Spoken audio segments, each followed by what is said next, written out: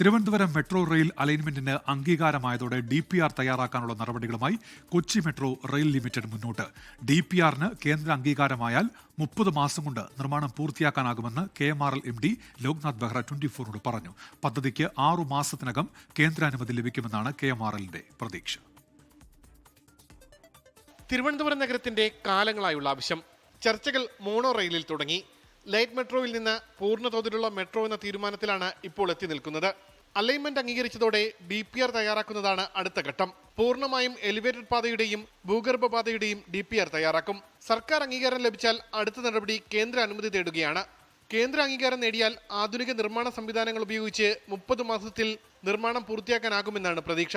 ട്രിവാൻഡ്രമിലെ നമ്മുടെ ആക്ച്വലി എല്ലാ സ്റ്റേഷനിലെ പാർക്കിംഗ് ഏരിയ ഉണ്ടാക്കണം. അതാണോ ഞങ്ങൾ പ്രതീക്ഷിക്കുന്നത്. കാരണം കൊച്ചിയിലെ അതല്ല ഇല്ല.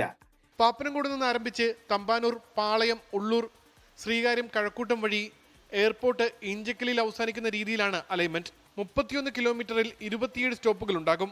3 ഇന്റർചേഞ്ച് സ്റ്റേഷനുകൾ ഉണ്ടാകും. മുന്നൊരുക്കമെന്ന നിലയിൽ പട്ടം, ഉള്ളൂർ, ശ്രീകാര്യം എന്നീ മേൽപ്പാലങ്ങളുടെ നിർമ്മാണ ചുമതല നേരത്തെ തന്നെ കൊച്ചി മെട്രോ റെയിൽ ലിമിറ്റഡിന് കൈമാറിയിരുന്നു. 24 തിരുവനന്തപുരം. ലോകത്തെവിടെയായാലും ഏത് സമയത്തും 24 വാർത്തകളും ഓഗ്മെന്റഡ് റിയാലിറ്റി പാക്കേജുകളും എക്സ്പ്ലെയിനറുകളും വിശദമായി കാണാൻ ഞങ്ങളുടെ YouTube ചാനൽ നിങ്ങൾക്ക് സബ്സ്ക്രൈബ് ചെയ്യാം.